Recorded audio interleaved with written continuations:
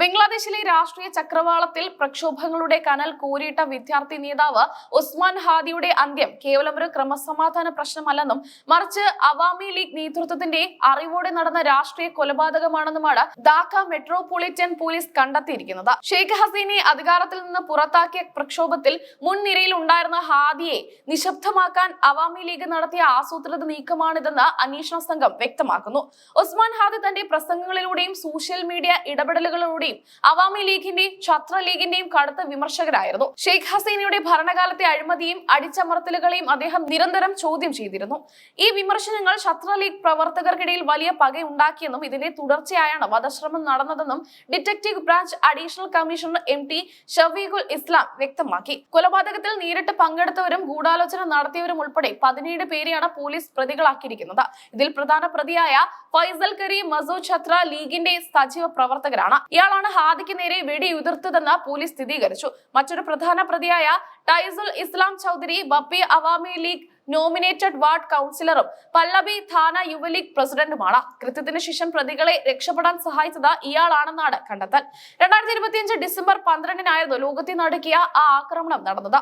ധാക്കയിലെ ബിയോജ് Nagar box കൾവട്ട് റോഡിൽ വെച്ച തിരഞ്ഞെടുപ്പ് റാലിയിൽ സംസാരിച്ചു കൊണ്ടിരിക്കവെയാണ് ബൈക്കിലെത്തിയ മുഖംമൂടി ധരിച്ച അക്രമികൾ ഹാദിക്ക് നേരെ വെടിയുതിർത്തത്. പോയിന്റ് ബ്ലാങ്കിൽ നിന്നുള്ള വെടി ഹാദിയുടെ തലയിലാണ് ഏറ്റത്.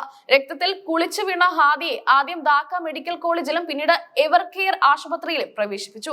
ആരോഗ്യസ്ഥിതി വഷളായതിനെ തുടർന്ന് ഡിസംബർ 15-ന് ഹാദിയെ എയർ ആംബുലൻസ് മാർഗം സിംഗപ്പൂരിലേക്ക് മാറ്റി. സിംഗപ്പൂർ ജനറൽ ആശുപത്രിയിൽ വിദഗ്ധ ചികിത്സ നൽകിയെങ്കിലും ഡിസംബർ 18-ന് അദ്ദേഹം മരണത്തിന് കീഴടങ്ങി.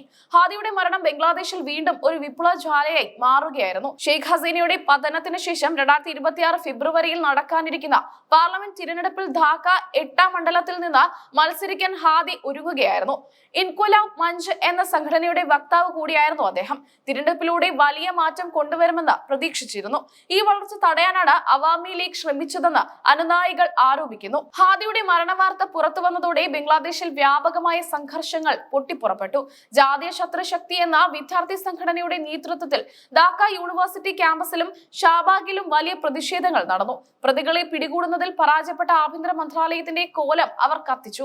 ഡൽഹിയുടെയും അവാമി ലീഗിന്റെയും താൽപര്യങ്ങൾ സംരക്ഷിക്കുന്നു എന്ന് ആരോപിച്ച പ്രമുഖ മാധ്യമ ഓഫീസുകൾക്ക് നേരെയും ആക്രമണമുണ്ടായി. ഇടക്കാല സർക്കാരിന്റെ ചീഫ് അഡ്വൈസർ മുഹമ്മദ് യൂനസ് ഹാദിയുടെ മരണത്തിൽ അനുശോചിക്കുകയും കുറ്റവാളികളെ വെറുതെ വിടില്ലെന്ന് പ്രഖ്യാപിക്കുകയും ചെയ്തു.